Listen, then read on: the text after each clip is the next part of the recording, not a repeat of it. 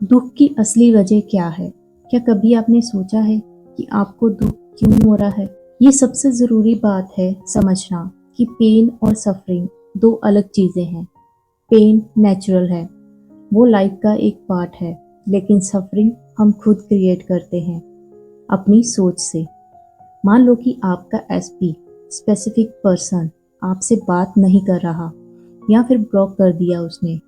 ये situation painful है आपके लिए और ये नेचुरल है क्योंकि आपकी अटैचमेंट है उससे, फीलिंग्स हैं।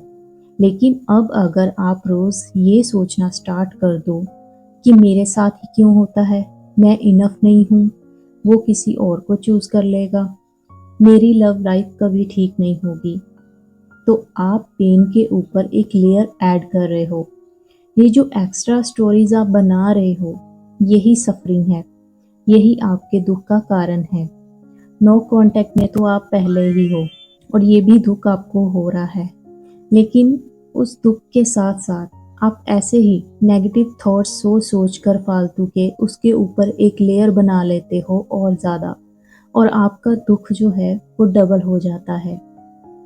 रियलिटी एक ही है, एसपी अभी बात नहीं कर रहा आपसे, लेकिन आपकी सोच उसे इतना हैवी बना देती है कि आप अंदर से टूटने लगते हो। इसी तरह एग्ज़ाम का एक एग्जाम्पल लेते हैं। दो स्टूडेंट्स फेल हो जाते हैं। पहला स्टूडेंट सोचता है कि मैं लूज़र हूँ, मेरी किस्मत ही खराब है, मैं कभी पास नहीं हो सकता। दूसरा स्टूडेंट सोचता है कि इस बार नहीं हुआ, देखते हैं नेक्स्ट टाइम क्या इम्प्रूव कर सकते हैं। दोनों के साथ सेम इवेंट हुआ, दोनों ही फेल हुए, लेकिन पहला स्टूडेंट उस इवेंट को अपनी आइडेंटिटी बना लेता है और दूसरा उसे एक सिचुएशन की तरह देखता है। यहाँ से डिफरेंस क्रिएट होता है, एक सफ़र करता है और दूसरा ग्रो करता है। तो समझने वाली बात यह है कि प्रॉब्लम इवेंट नहीं होता है, प्रॉब्लम वो मीनिंग होता है जो आप उस इवेंट को दे देते हो। अब कुछ लोग अपना कंपैरिजन दूसरों के साथ करना शुरू कर देते हैं, ये भी एक दुख का कारण है।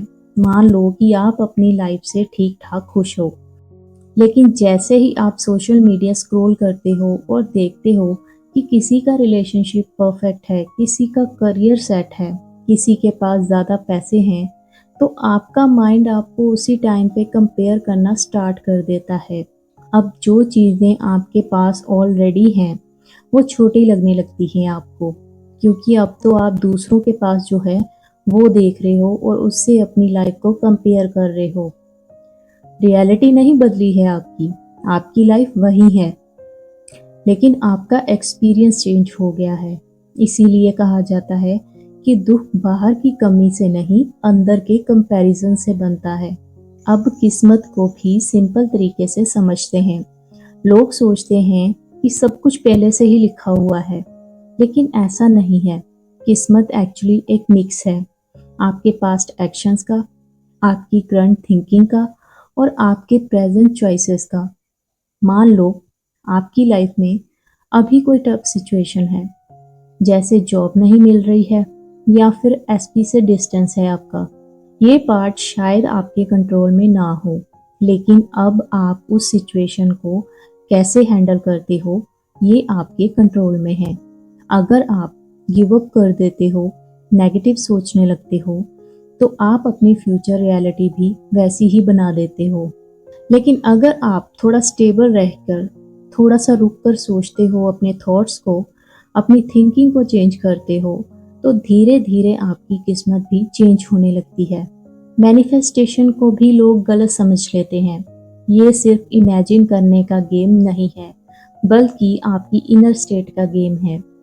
जैसे अगर आप अंदर ही अंदर बिलीव करते हो कि मैं वर्दी नहीं हूँ, तो चाहे आप कितनी भी अफर्मेशंस बोल लो, आपका बिहेवियर वैसा ही रहेगा।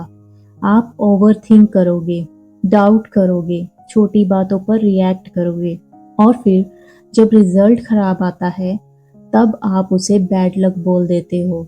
दूसरी तरफ अगर आप धीरे से अपनी सोच को शिफ्ट करते हो, मैं हैंडल कर सकती हूँ, जो होगा देख लेंगे, तो आपका अप्रोच चेंज हो जाता है। आप अपॉर्चुनिटीज़ को डिफरेंटली देखने लगते हो।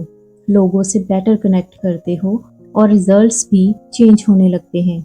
एक और एग्जांपल से समझते हैं। दो लोग इंटरव्यू देने जाते हैं। एक के माइंड में ऑलरेडी चल रहा है कि मैं रिजेक्ट हो जाऊंगा और वो नर्वस हो जाता है, गलतियां करता है। दूसरा सोचता है कि मैं अपना बेस्ट दूंगा, तो वो शांत रहता है और बेटर परफॉर्म करता है। बाद में पहले वाला बोलेगा कि मेरी किस्मत तो खराब थी और दूसरा बोलेगा कि लक अच्छा था। रियलिटी में दोनों ने अपनी इनर स्टेट से अपना रिजल्ट इन्फ्लुएंस किया है। कर्मा को भी लोग सिर्फ अच्छा या बुरा समझ लेते हैं, लेकिन वो actually simple cause and effect है। जो आप करते हो या जो आप नहीं करते, दोनों का रिजल्ट आता है। जैसे अगर आपको पता है कि आपकी हेल्थ खराब हो रही है, लेकिन आप कुछ चेंज ही नहीं कर रहे हो, तो वो इनएक्शन भी एक कर्मा ही है।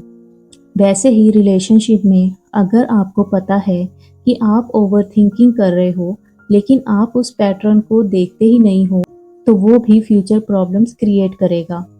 सबसे डीप पॉइंट ये है कि सफरिंग सिचुएशन से नहीं, आपके रेजिस्टेंस से बनती है। मान लो आपकी लाइफ में कोई अनएक्सपेक्टेड चेंज आ गया, जैसे जॉब चली गई या फिर किसी ने आपको रिजेक्ट कर दिया। अगर आप उसे एक्सेप्ट करके सोचो, ठीक है अब आगे क्या कर सकती हूँ, तो आप उतना सफ़र नहीं करोगे, क्योंकि इस टाइम पर आप अपने थॉट्स पे अवेयर रहोगे। लेकिन अगर आप उसे रेजिस्ट करते हो, ऐसा नहीं होना चाहिए था या फिर अनफेयर है ये, तो आपका माइंड उस सिचुएशन को बार बार रिपीट करता रहेगा और आप और हैवी फील करोगे। इसीलिए आखिर में बात बहुत सिंपल है। लाइफ आपको दर्द देती है, लेकिन दुख आप खुद बनाते हो। बाहर की सिचुएशन हमेशा परफेक्ट नहीं होगी। कभी रिजेक्शन होगा, कभी फेलियर होगा और कभी डिले होगा। लेकिन आप उस सब को कैसे देखते हो, कैसे रिएक्ट करते हो, कैसे मीनिंग देते हो, वही आपका एक्सपीरियंस डिसाइड करता है। अगर आप अपनी सोच को ऑब्जर्व करना स्टार्ट कर दो, अननेसेसरी कंपैरिजन और नेगेटिव पैटर्न को धीरे धीरे छोड़ दो, तो वही लाइफ जो पहले हैवी लग रही थी, धीरे धीरे लाइट फील होने लगेगी। तो आज की वीडियो में सिर्फ इतना ही। अगर आज की वीडियो आपको पसंद आई हो तो कमेंट करके भी ज़रूर बताया कीजिए ये कर्मा सीरीज़ आपको कैसी लग रही है। वीडियो को लाइक करना मत भूलिए और चैनल को सब्सक्राइब कीजिए। Thank you so much for watching my video.